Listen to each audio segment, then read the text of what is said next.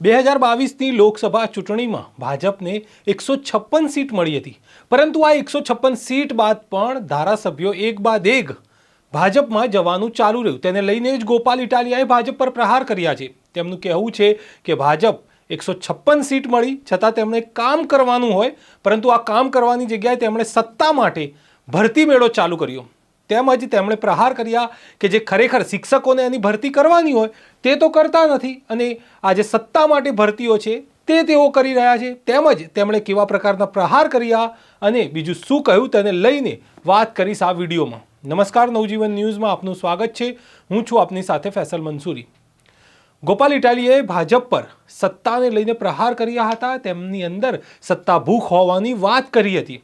તેમણે કહ્યું કે 2022ની ચૂંટણીમાં જ્યારે તેમને 156 સીટ મળી તો તેમણે કામ પર લાગી જવું જોઈએ, તેમણે કામ કરવા જોઈએ, તેમણે શિક્ષકોની ભરતી કરવી જોઈએ, ખેડૂતો માટે સિંચાઈના પાણીની વ્યવસ્થા કરવી જોઈએ, તેમજ તેમને સારા ભાવ મળે તેના પ્રયત્નો કરવા જોઈએ. પરંતુ ભાજપ આ બધું છોડીને બીજા જે ધારાસભ્યો છે તેને તોડવામાં લાગી ગયું છે. અને એટલું જ નહીં, પરંતુ બીજા નેતાઓને ગમે તેમ સામ દામ દંડ ભેદની નીતિ અપનાવીને ભાજપમાં ગમે તેમ કેવી રીતે લાવવા તેનું પ્લાનિંગ કરે છે. આને લઈને જ ગોપાલ ઇટાલિયાએ પ્રહાર કર્યા હતા.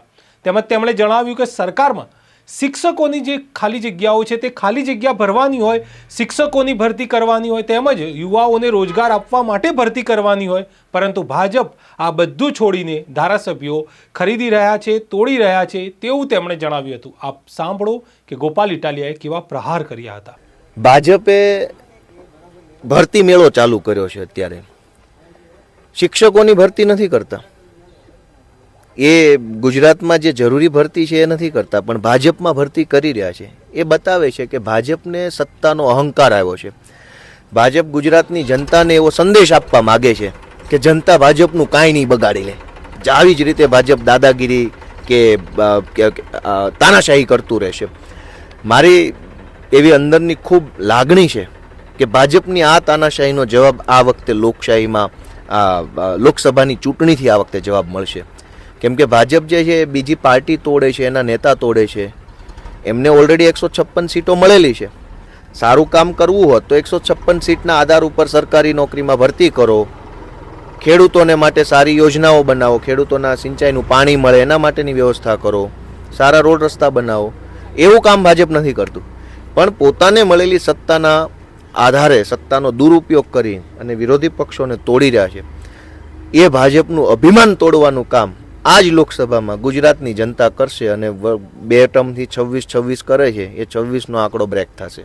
સાફ વાત છે કે 156 સીટો જ્યારે મળે ત્યારે કોઈ પણ પાર્ટી હોય ખૂબ જ સારું બહુમત સાથે કામ પર લાગી જાય, પણ છતાં પણ જે રીતે થઈ રહ્યું છે તેને લઈને જ ગોપાલ ઇટાલિયાએ સવાલ ઉઠાવ્યા કે જ્યારે 156 સીટો મળી તો પછી આવું કેમ કે બીજા ધારાસભ્યોને તોડવામાં આવે અને એમની સાથે સોદેબાજી કરવામાં આવે. આ સવાલ ગોપાલ ઇટાલિયાએ પૂછ્યા અને રાજ્યના યુવાનોના નોકરીના પ્રશ્નો તેમજ ખેડૂતોના પ્રશ્ન પણ ઉઠાવ્યા કે સરકારે આ કામમાં લાગી જવું જોઈએ, પરંતુ ભાજપ આ બધા કામ છોડીને સત્તા માટે ભરતી મેળો શરૂ કર્યો છે. અને તેને લઈને જ કોંગ્રેસના પણ એક બાદ એક કોંગ્રેસને ઝટકા લાગે છે અને આમ આદમી પાર્ટીના પણ એક જે ધારાસભ્ય હતા ભૂપત બાયાણી વિસાવદરથી, તેઓ પણ આમ આદમી પાર્ટી છોડીને ભાજપમાં જતા રહ્યા હતા.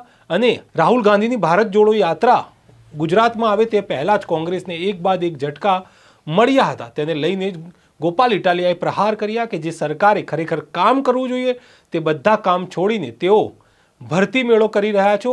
અસલીમાં તેમણે યુવાઓને રોજગાર આપવા માટે ભરતી મેળો કરવો જોઈએ, પરંતુ તેઓ સત્તા માટે, પોતાના માટે ધારાસભ્યો અને નેતાઓને બીજા પક્ષમાંથી લાવીને આવો ભરતી મેળો કરી રહ્યા છે.